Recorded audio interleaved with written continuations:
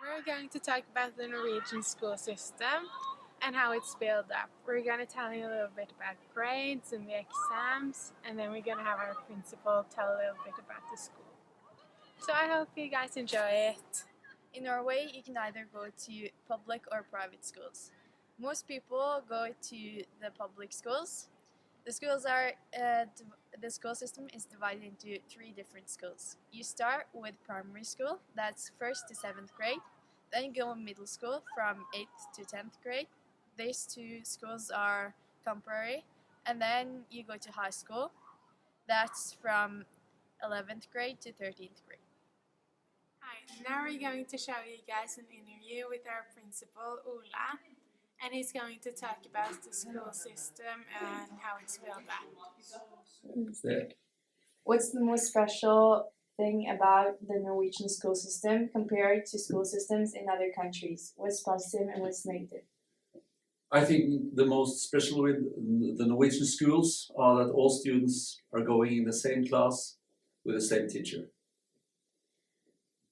What does the school do to include all students?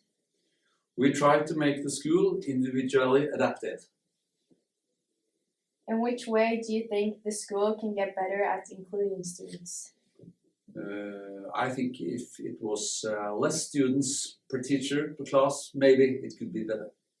Do you think it's positive or negative with private schools, and why? I think it's positive. I think if we have more different schools, more diversity, more competition between schools, can make better schools. I'm going to show you guys an interview with our English teacher. His name is Carl. He's going to talk about how the exams work and how they grade them. How do you evaluate exams and tests? Do you use any form of template? We do. If by template you mean a form which we can hand back to the pupils, where we can fill in the types of questions on the text, and also where we can give advice on how you can improve. That's a type of template that we use, yeah. How about an oral exam?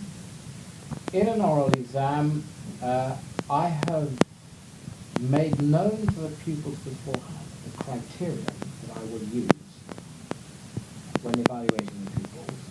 Those are criterion which are fixed on paper, published on the internet for the pupil beforehand, and which I have in my head.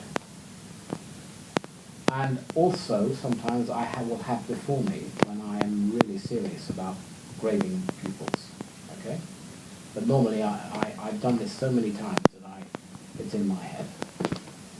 These criterion I use when I evaluate. It will be, things like taking the initiative in the conversation. It will be things like to get a good grade, to get to get a top grade, you've got to be taking the initiative. You've got to have enough vocabulary to talk about your subject. You've got to be not stopping all the time looking for words and things like that.